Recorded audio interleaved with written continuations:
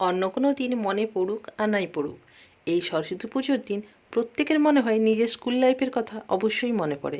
স্কুলে গিয়ে অঞ্জলি দেওয়া, খিচুড়ি খাওয়া আর বন্ধুদের সঙ্গে আড্ডা, এর বিকল্প কিছুই হয় না। সেই দিনগুলো মনে করতে করতে আজকের রান্নাবাড়িটা সেরেই ফেলি। ঝিরিঝিরি করে বাঁধাকপি কেটে 1 কাপ জলে নুন হলুদ দিয়ে একটা সিটি, কড়াতে সর্ষের তেলের সাথে 1 চামচ ঘি দিয়ে কেটে রাখা আলুগুলো ভেজে নেব। আলু 80% ভাজা হয়ে গেলে কিছুটা মটর দিয়ে আর একটু ভেজে নেব।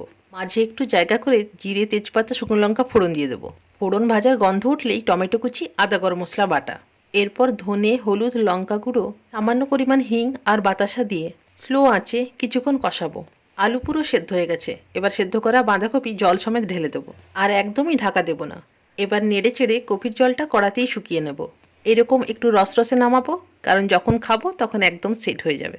এই রেসিপিটা খিচুড়ি, রুটি, পরোটা, ভাত সবেতেই যাবে।